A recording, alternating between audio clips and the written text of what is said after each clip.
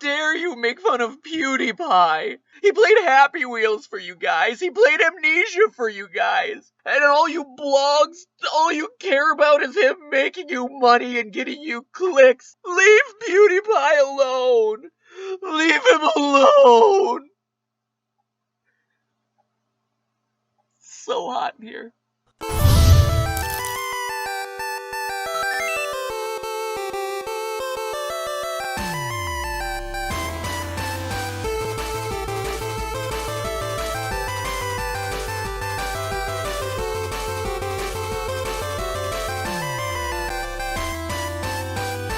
Hello, Internet! Welcome to Game Theory, the show that recognizes the irony of an episode titled Leave PewDiePie Alone. But here's the thing, this episode isn't just about PewDiePie.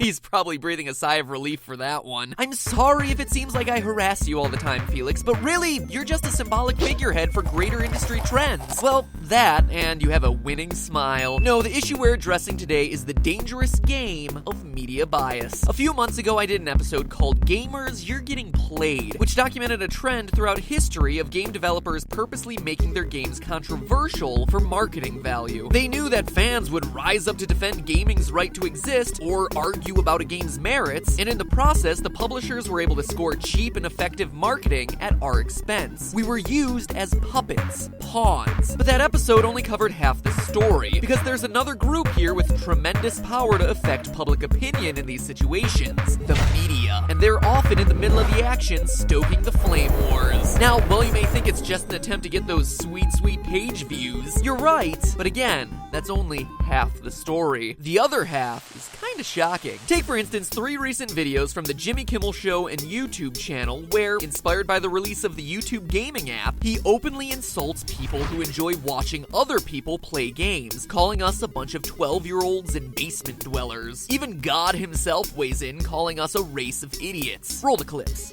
It's called the We Should All Be Very Ashamed of Ourselves for Failing as Parents channel. I'm fighting with a group made up mostly of 12-year-old boys. I've created a race of idiots. The YouTube Gaming Suite. Watch it, dummies. After sparking controversy with his first video, which you can imagine came with the requisite angry defensive comments, the next 2 handpicked some of the worst, meanest replies to the video, simply adding fuel to the fire. Now seriously, does Jimmy really care about gaming or offending gamers? No, of course not. At 3 videos of virtually the same thing, it's obvious that the producers realized that they had struck gold, and the view numbers don't lie, with the videos being some of the most viewed on the channel in recent history. I mean, they're not Jimmy Fallon numbers or anything, but you know, not bad for Jimmy Kimmel. But the Kimmel situation is just the most recent example of a growing trend, where traditional media outlets outright attack YouTube communities and talent simply for clicks. Are you guys aware of the TV channel E? If you do, it's probably because you watched The Soup. Joel McHale, you are legitimately the best. If you don't, you're at least familiar with their work, because E is the channel responsible for the Kardashians becoming a household name, and also news reporting like this. Plus, Sibley is showing us how pregnancy is giving Kim KW her best duck face ever.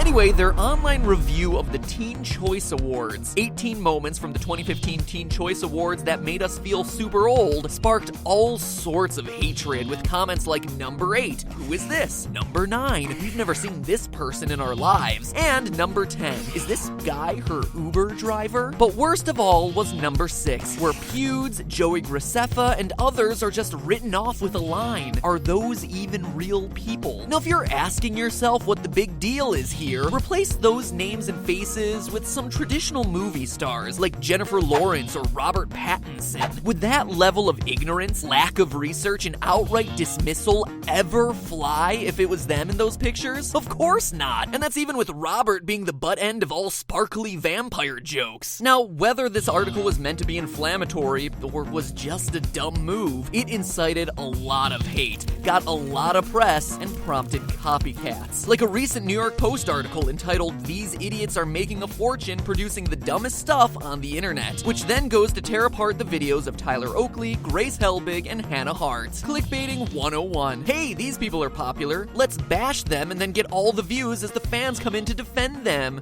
gotten so many views. It's a weird catch-22. When these dismissive articles or videos happen, we want to defend our favorite personalities or reach out and educate these writers and celebrities about the stuff we really care about. We want to share our enthusiasm for these things, help other people understand, or if not, chide them for being judgmental or lazy. Show them that this sort of treatment is not okay. And yet, in doing so, we deliver the clicks they're hungry for. We've rewarded them for being ignorant, for not doing their research, for offending us and disrespecting someone we care about. But with this YouTube situation, there seems to be something else at work here. Look at this. It's a chart of Nielsen data tracking the number of hours per week 18 to 24-year-olds watch TV. Each year, it's been declining by about 2 hours, and the rate of drop-off has been picking up. One day during the Super Amazing End Card tournament, I asked how many of you never turn on a TV, and a whopping 55% of you said that you didn't. That is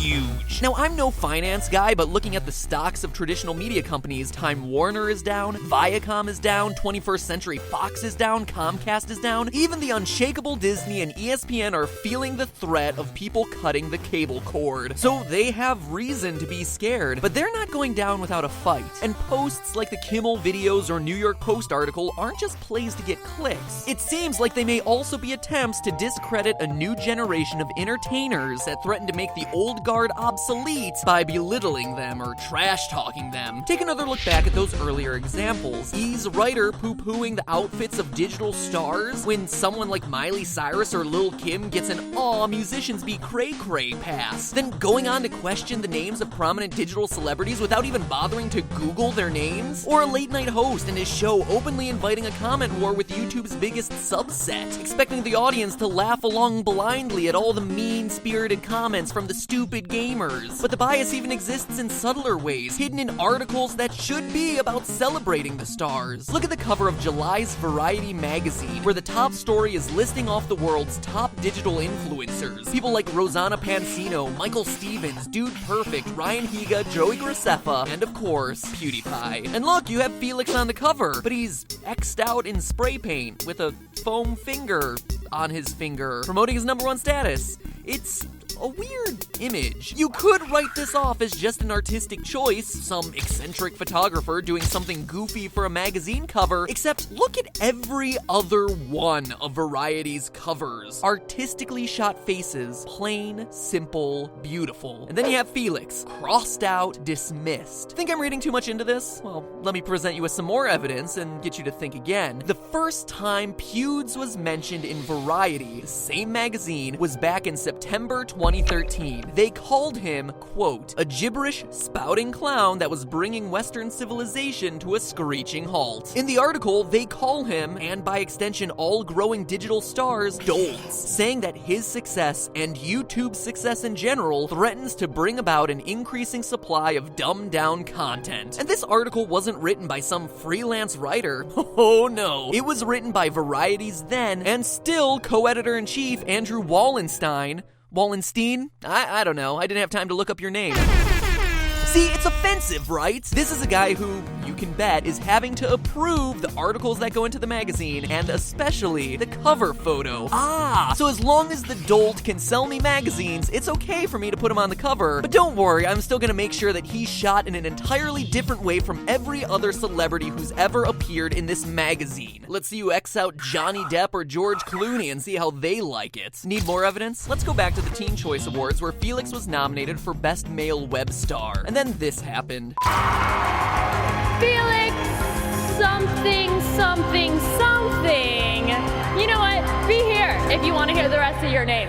After receiving a lot of heat on social media, Bella Thorne, the presenter, an actress from the TV show Scream, went to Twitter to say the moment was scripted. Although I can't say for certain whether it was written that way or not, it's yet another example of the gross disrespect digital media personalities are getting. If it was scripted, then it was an award show blatantly mocking the name of one of its nominees. If it was Bella herself, then it was a traditional media actress disrespecting a fellow celebrity. Think about about if the situation was reversed? If Kim Kardashian, who's it, or Arnold Schwarzenegger had something like this happen to them? Think they would just take the joke? Heads would roll and apologies would be issued. But traditional media has made it clear that people like Pewds aren't worth the time learning their names or reading them correctly. Oh, but you can bet that they're certainly hoping you're in the audience tweeting about your award so that they get your views. And here's probably the worst thing. From my social media trolling, Felix has yet to receive a public apology from anyone. I mean, even John Travolta apologized to Adele Dazeem, but Pewds? Nope. In their eyes, a digital star who just plays games isn't worth it, no matter how many people love his work or no matter how many millions of dollars he's made. Why does this matter? Well, let's talk about sharks. In the summer of 2001, before the US was rocked by the September 11th attacks, the news media caught fire over shark attacks. It started on July 6th when an 8-year-old boy in Mississippi got bitten by a bull shark. Soon after, another attack happened in the Bahamas, and a week later, a third event occurred. And that was the tipping point. Shark watches were now round the clock on all the news channels. Reporters were following pods of sharks from helicopters. Pods? Are they pods of sharks? Schools?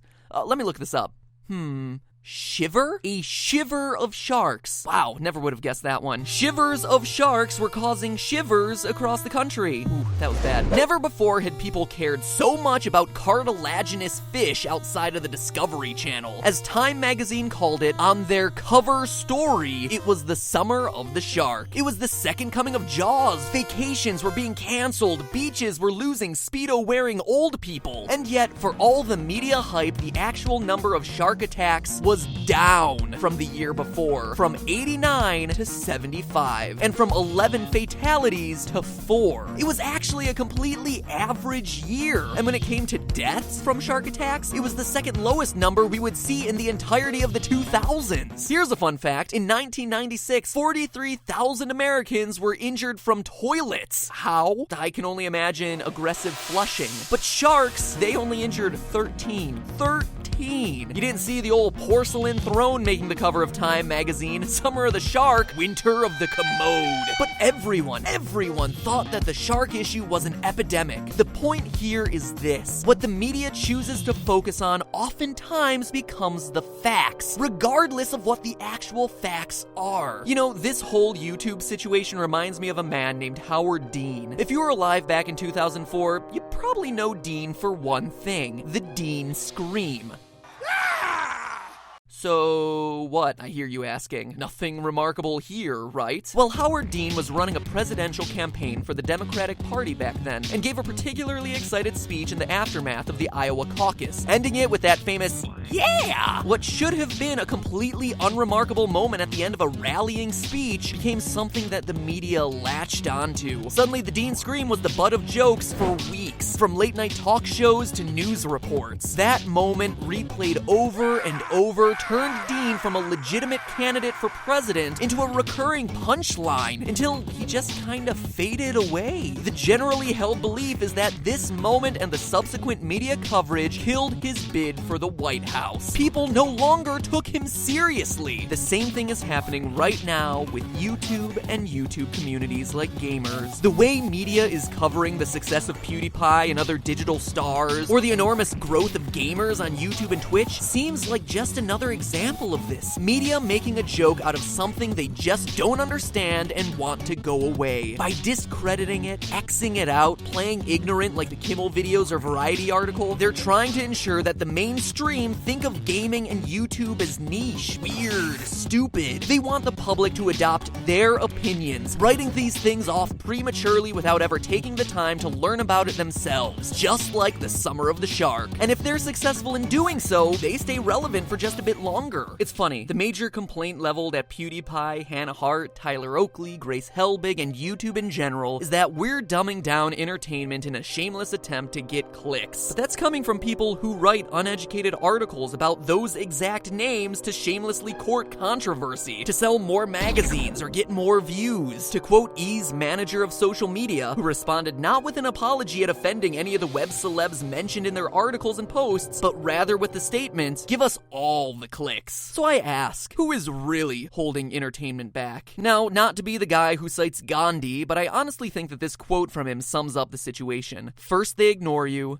then they ridicule you, then they fight you, and then you win. It seems like we're in that second phase now, but give it time. We have to be patient, not reacting in a knee-jerk manner or calling people names, because in doing so, you give them fodder for a fourth, a fifth video, reading mean, nasty comments by the immature gamers. Don't feed the stereotype. Instead, stay patient, stay smart, and always help to educate. And before you know it, young, old, doesn't matter. Everyone will be able to appreciate the simple joy of watching Cosmo speedrun Ocarina of Time in 18 minutes and 10 seconds. But hey, that's just a theory. A theory only mildly tangential to gaming. Thanks for watching. Anyway. Speaking of actual gaming, GT Live is back every weekday starting today at 4 o'clock Pacific time. And for those of you who were at our FNAF Mega Theorist live stream that featured Razbowski, Dawko, Ryan and Ryan from 8-Bit Gaming, Smike, as well as Scott himself in the comments, the live stream that was so big it crashed YouTube, that'll be happening this Friday, 9/18 at 4 o'clock Pacific time. 4 o'clock seemed to be the best time for people, so I'm trying to make that a regular thing. Everyone will be back for that one, so make sure you put it on the calendar. Friday at 4 o'clock PST. Or just subscribe and get notified about it automatically. Save yourself some hassle. The FNAF truth is out there and no one, not even Scott and his telekinetic ability to crash live streams with his mind, will stop it. Not this time. Hopefully all of us will see all of you there. But if you want more game theory goodness right now, check out some of my other videos on the Pewds. This one is about how he single-handedly made Flappy Bird into a viral sensation. And this one is about how YouTube is broken by taking a close look at PewDiePie's channel. A little bit of YouTube talk, a little bit of PewDiePie talk, all around good stuff. So enjoy. Hopefully I'll see you at 4 o'clock Pacific time today and 4 o'clock Pacific time on Friday. Now, if you'll excuse me, I really need to deal with some Destiny and dating sim videos that have been hanging over my head.